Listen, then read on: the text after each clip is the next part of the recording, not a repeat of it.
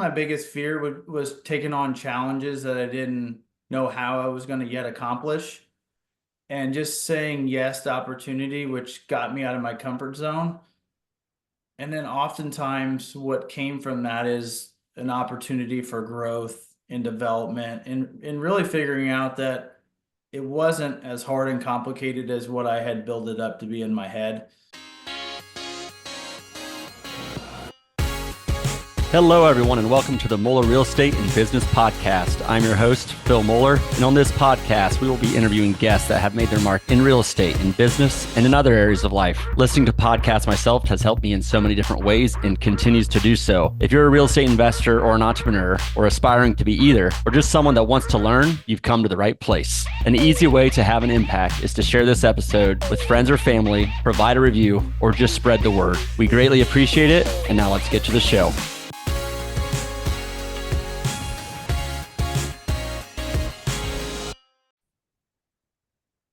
Hello, everyone, and welcome to this week's episode of the Moeller Real Estate and Business Podcast. Very excited for today's guest, Mr. Jared Pfaff. Jared, how are you doing today? Doing wonderful, man. Thanks for having me.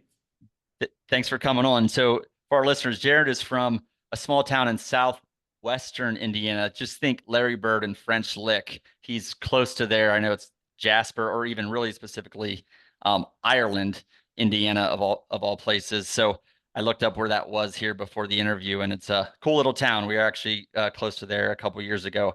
But for our listeners, Jared is a visionary entrepreneur and real estate investor, owner of Pfaff Construction and Pfaff Real Estate. So both a construction business, but also you invest in real estate. And I know you have a fair amount of properties, both residential and self-storage. Family man, world traveler, some other things too. But Jared, a pretty cool story, and you're also a pretty young guy that has had a lot of success. How did you get to where you are today? Kind of tell me the backstory and what led to where we are now. Yeah, Phil, thanks for the opportunity. I'll take you back to kind of a young kid, grew up. My family was middle class, a great family, well knitted together. And it was me, my sister, and my parents, which they're all still together. So we've had a great family, great upbringing. They distilled a lot of great values. My dad was a business owner with his brothers. So growing up, I got the itch for some entrepreneurship, and I also got the hard work ethic that came from both sides of the family. So I'm thankful for that. That was instilled at a young age. I think my journey kind of starts. I'll start when I was probably 10, 12 years old. My dad started taking me along at a young age, and I had the opportunity where, I think most kids probably didn't have somebody that they could be mentored by that was in the business space. So I think that sets me apart a little bit. But I did have a drive. I wanted to learn. I looked up to my dad and his hard work and what him and his brothers had created. So they had a lawn care business. So I grew up in that realm. Pretty normal life. We did a lot of fun camping trips. We did a lot of things as a family. But I think the kind of pivotal moment for me was, I had there are certain things in life that I noticed that I wanted to pursue, or I had interest in, and my parents brought me up with, if there's something that you want, they would always allow me to work towards it, but they wouldn't buy it for me. So that spark inside of me is kind of what drove me to start mowing yards at a young age, snow removal, at 10, 12 years old, raking leaves, working side jobs, and then also working, evenings and weekends. So that kind of pushed me through with the idea of, if you work, 70, 80, 90 hours a week, that's success. And nothing against my parents or anything they taught me. I think that was just a general practice of hardworking DuBois County, Southern Indiana. I think you have a hard time finding another area that has quite the work ethic that people around here do. So that was a first principle for me. And so I kind of pursued that with my head down. And then kind of going through high school, I had a couple of mentors that kind of led me a little bit more into the construction side. I was always interested in heavy equipment, building, um, just because I think it was results driven, and I enjoyed what I did. So I had an opportunity to compete through high school through a mentor that kind of seen a vision or spark in me, and he kind of took me under his wing. Competed in some building competitions through high school, ended up winning regionals, state, and then went to nationals to represent Indiana. That led me to a scholarship in construction. And so that kind of changed a pivot. That was kind of a pivotal moment where, I had to make a decision. Am I going to go heavy equipment operating, or am I going to go, residential construction? So knowing that the time and energy people had put in, I was like, I'm going to go for this residential construction. So I went did a 2-year degree, and all along the way, I was asking questions. I had great instructors, and I found out the more questions you ask, the more relationships you build, the more people really want to help you. So I started doing side jobs, small things from, staining decks to pressure washing to, whatever playground maintenance or house maintenance. And then it turned into additions, bathroom remodels, and then eventually end up building additions, new homes, and commercial space, which is what we do today. And so the interesting thing about that was my head was still down. I was still grinding. Um, but I want to back up a second, because in that time frame, um, I had met my wife in middle school and through high school, and we had been together quite some time, and I want to give her a shout out for being super supportive, because she was part of that direction. But during that time, we had been dating for quite a while. She went through college, and we got married in 2013.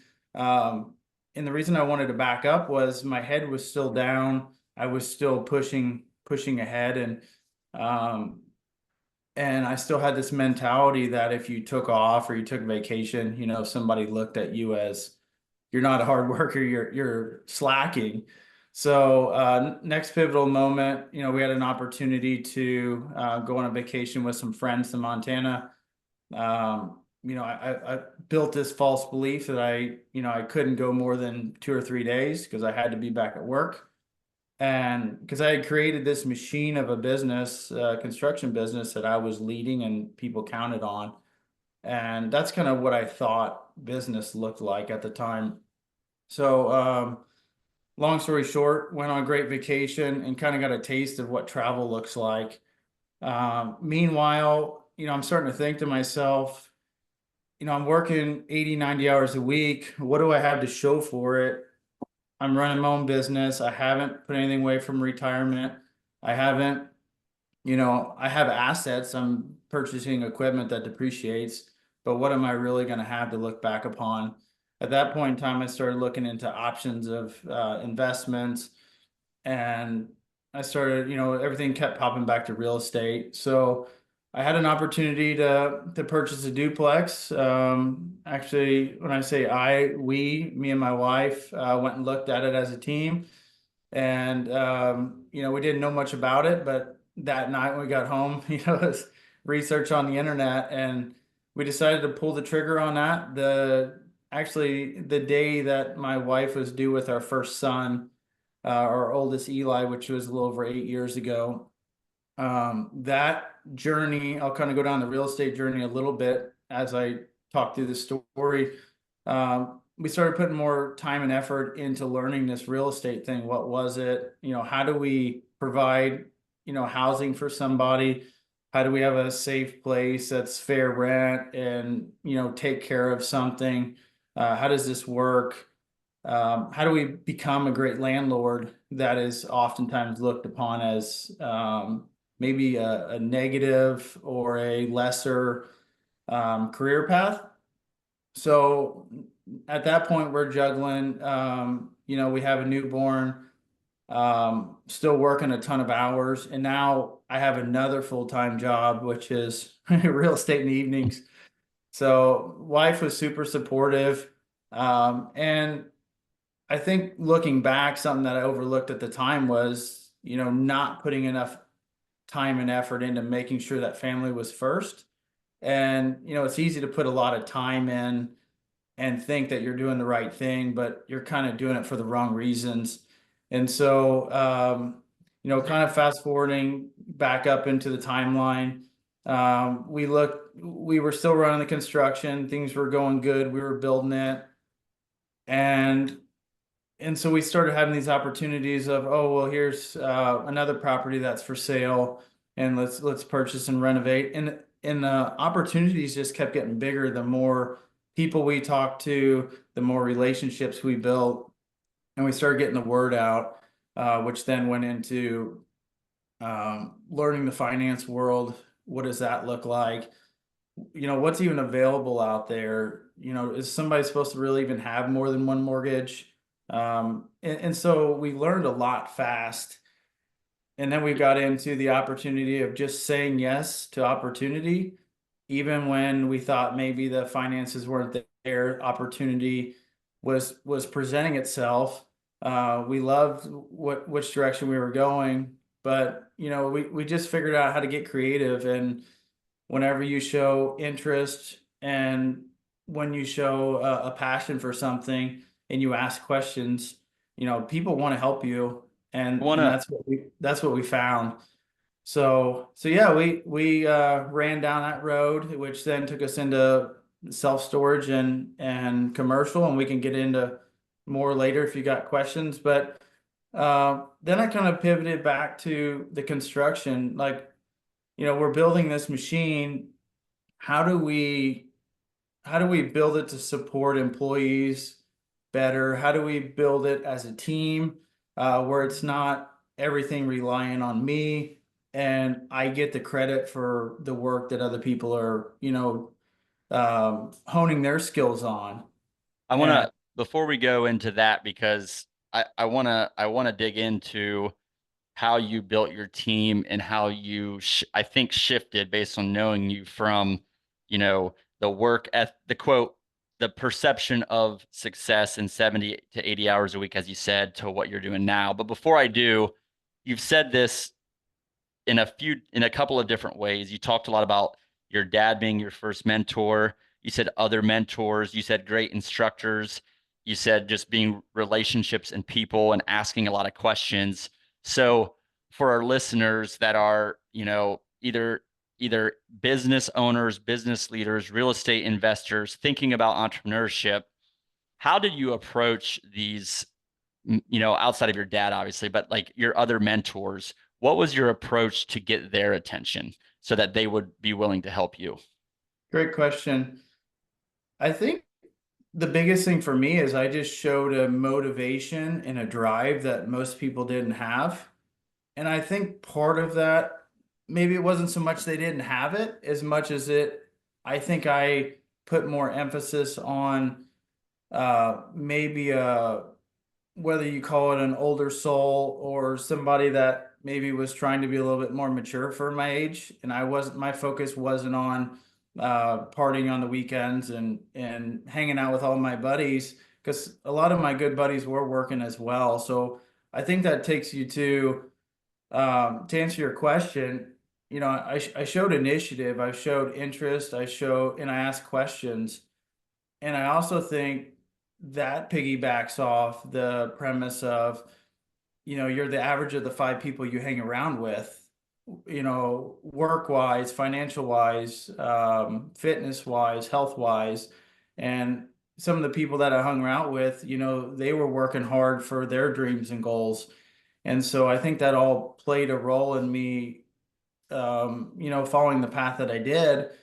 And, I want to, I mentioned my dad in there, and his dad, my grandpa at the time, which has passed, he was a pivotal role in there as well. He was hardworking. We spent a lot of time together, and he gave a lot of great advice. And I think it's just comes back to just the ability to listen more than talk, and just be open to ideas, whether you like them or not. Because I think, at that young of an age, in your teens or 20s, you're a little bit rebellious and you think you know it all.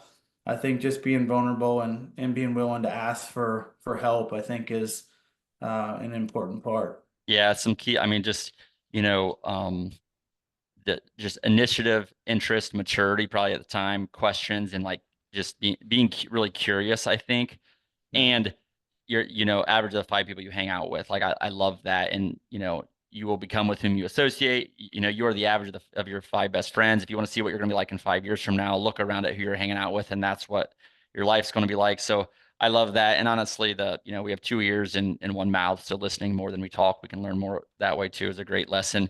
I want to go back now to, we'll talk about travel and family, because you're so successful from the worldly lens of, I think, business and, financially probably, in construction and entrepreneurship, but you're really, I think, successful because of your health, your family, the relationships, the travel and experiences you create.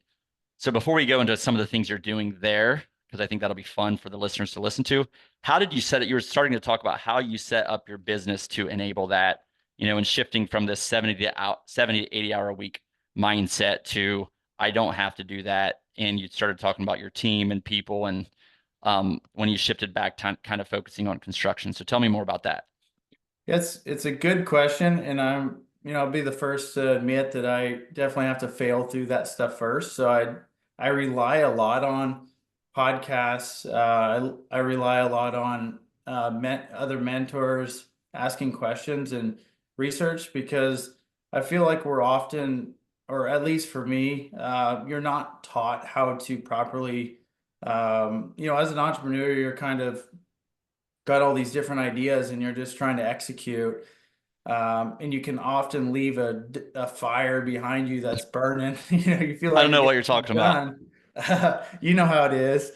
But it's like, okay, now we often, I think my biggest regret so far is I didn't realize how other people are different, whether it be my friends, wife, family, because personality is a big thing, and not everybody thinks the way entrepreneurs do. So it was a little bit of a learning lesson as I worked through with some different coaches of, understanding maybe how other people perceive um, kind of what my actions, what I say, what I do. So getting back to your question, definitely failed through a lot of it. I'm not perfect at it, but I knew that if I wanted to live a life that I put my family and some of my passions forward, I needed to create some more time and space. And to do that, it forced me to start delegating. And it was a struggle for me for a while, because I was always taught, if you want to do something right, you got to do it yourself, because you have the vision, you know what you want to do, and it's quicker.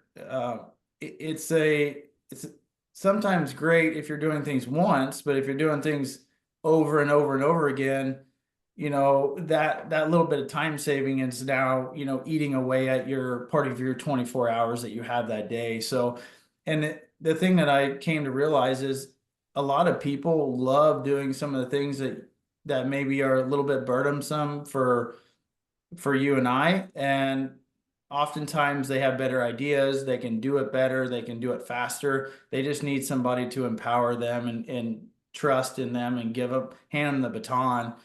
And so I think it's taken me longer than what I would like to learn that. And I'm still on the course, and I'm still looking to get better. I work with coaches constantly on that to see my blind sides. And I think it's just something it's an ongoing journey to learn from people that have seem to be doing better and are farther along in their journey. So I'm getting there, but it's a work in progress. one thing that I think you said early on, like, I mean, I referenced it, but the perception that 70 to 80 hours a week, that's success.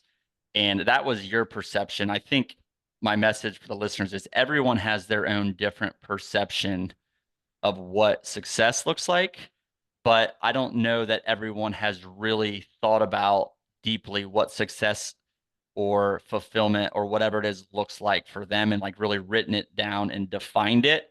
And at some point through your books, podcasts, mentors, coaches, you reshaped or redefined what success looks like based on health, family, relationships, travel, and adventure, things like that, it sounds like. So I guess my message is like, what is success for you? What success is for me isn't what success is for Jared, and it isn't what success is for you individually. We all need to think about what it is for us, what that means based on our personal situation. And the lens we have of that is the people that we hang around with as well. So just, I think being thoughtful of that and trying to figure that out and paying attention to why you think what you think is important and that's kind of the beginning part of starting to change that if it needs changed. Yeah, and I think you're touching on a very important topic that I would say if I could go back and tell my younger self something, I would definitely um, get more knowledge around vision, purpose, um, in which direction I wanted to go. I was always like, oh, this is exciting. I'll go down this path. And I never really sat down until, the last couple of years where I learned a little bit more about, you need to create a mission statement. You need to have, what are your morals that are guiding you through life? What vision do you want for you, your business, your family? What are your guide rails of what's your line in the sand? And I never had that before. And so it was easy for me to get off into left field. Yep. And I think part of that is just the evolution of learning. But if there's something that I could tell to your listeners and your audience is, and if you don't know how to do that, my first big experience of that was a Tony Robbins Date with Destiny that me and my wife went through with a wonderful group of people. And that really was a good reset for us and gave us some good clarity on, what is success, kind of going back to what you asked, Phil, because it's not the destination, it's not the top of the mountain. It's the journey and how do you get comfortable in your own skin to where, you like the people you hang around with, they lift you up, you lift them up. You love, you're not going to enjoy every moment, but how do you just be at peace and not be chasing materialistic items for happiness? I loved it. And you hit on the Tony Robbins event, which is an event that you likely traveled for. So I want to get into kind of travel because I think we share the thought process that you can accomplish a lot of different buckets of your life through travel. I want you to talk more about that. Before you do, though, so we're recording this in August of 2024. Just off the rip, where have you traveled to thus far in 2024, if I can ask? Yeah, 2024. We were in we have a place in Montana, a house there. So we spent after Christmas to New Year's. I was in Mexico doing some deep sea fishing with some good friends and Cancun. And then I think it was in March. I was in British Virgin Islands at Ariel BVI for a retreat there, a couples retreat. I traveled with a group of guys to Morocco in May, which was amazing. 2.5 week trip in Africa.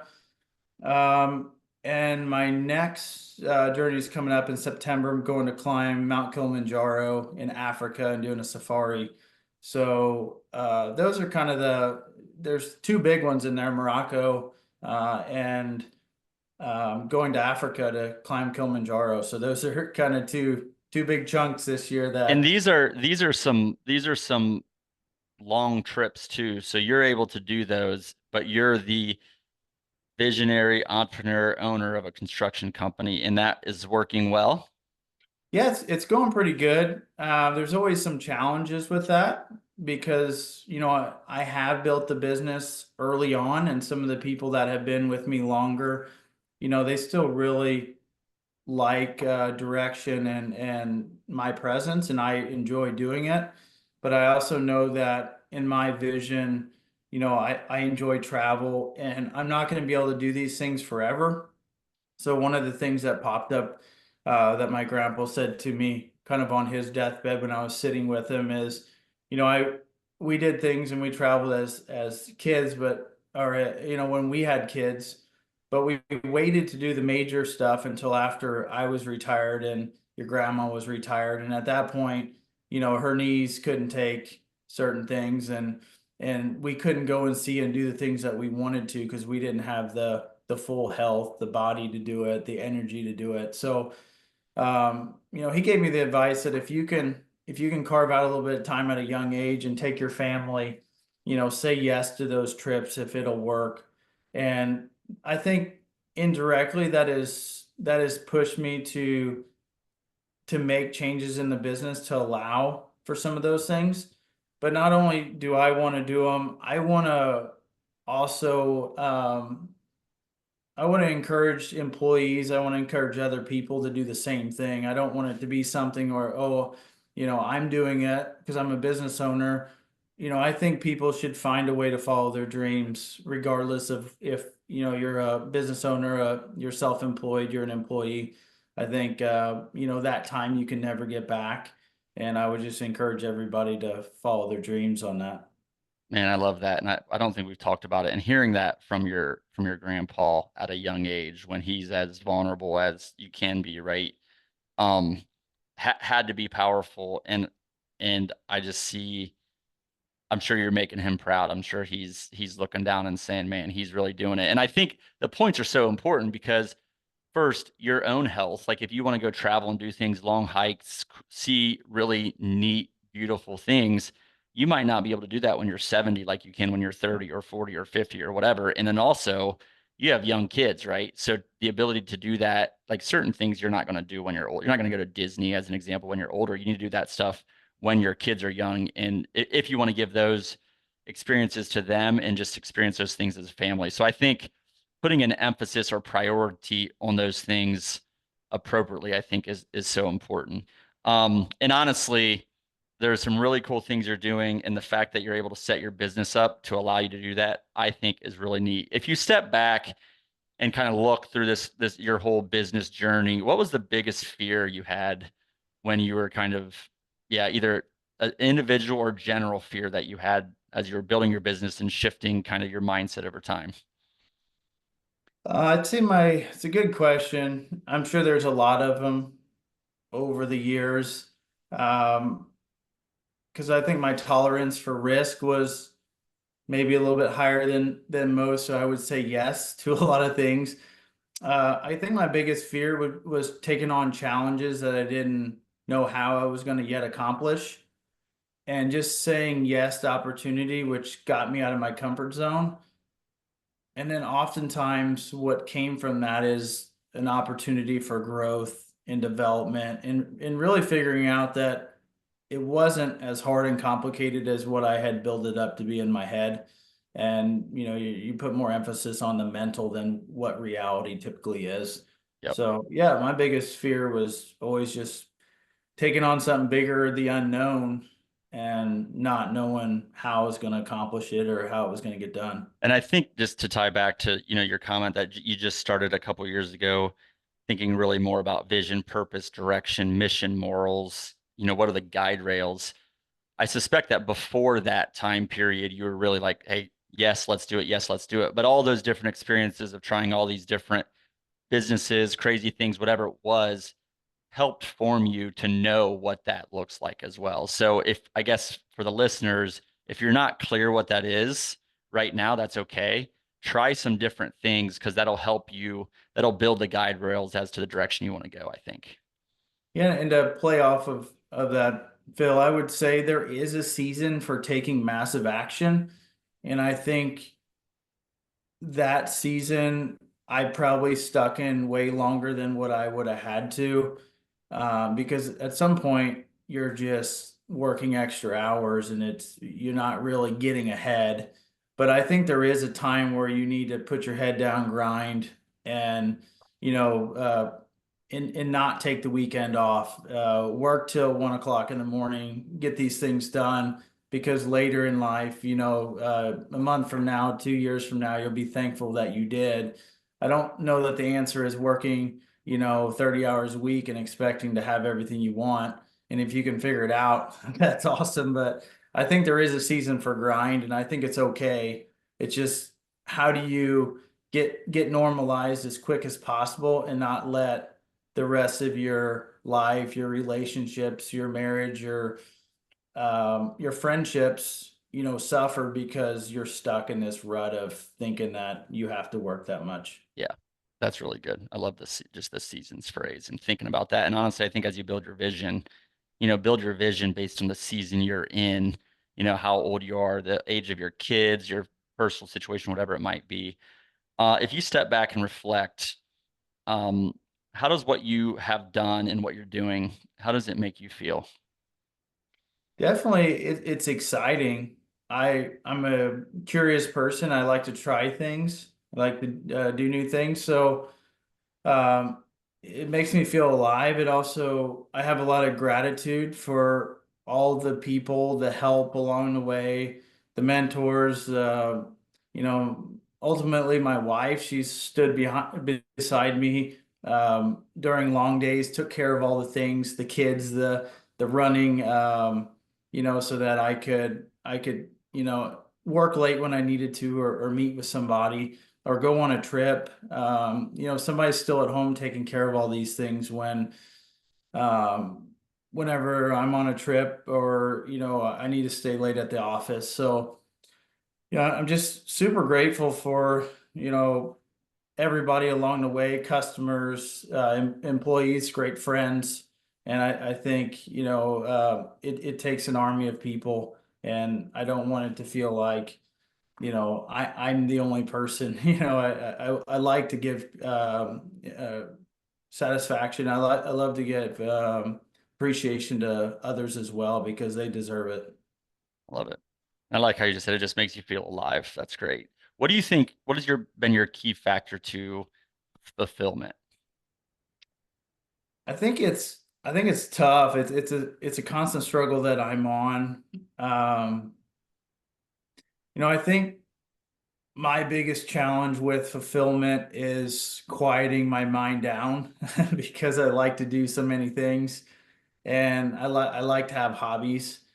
Um, I need to spend, and I am spending more time focusing around, quieting that busyness and just being able, because I think ultimate happiness is sitting with yourself in a quiet place in the middle of nowhere and just being completely content, no anxiety, no worries, and just be able to be happy with where you're at and what you've done, and the people you've crossed in your life, and not have any regrets. So that's probably my biggest.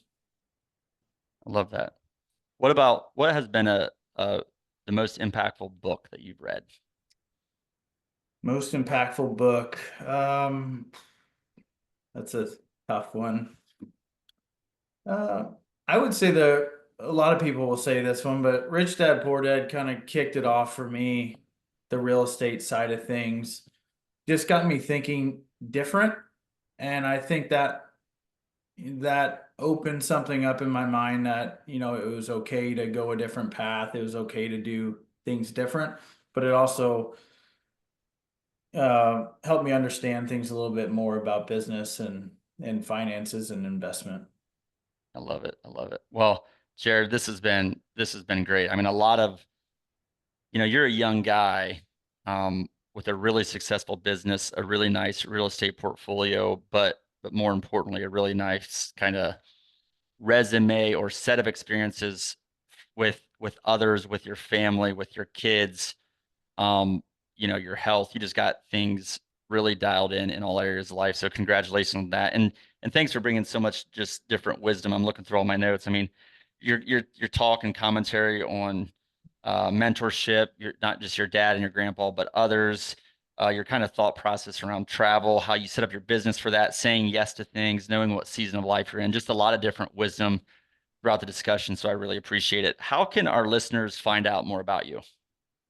Yeah, so probably I'm not on a ton of social media platforms. I'm on LinkedIn, and I'm also on Facebook. That's probably the best two places to get a hold of me. Honestly, Facebook, Jared Pfaff. Um, I probably don't even know the exact handle for it, but yeah, one of those two places. If you look me up, you can find me. There's the last name's not super common, so I'm not a Smith or somebody like that. Yeah, So there you please go. find me. Awesome, Jared. This again, thank you so much for coming on, for sharing all your wisdom with our listeners.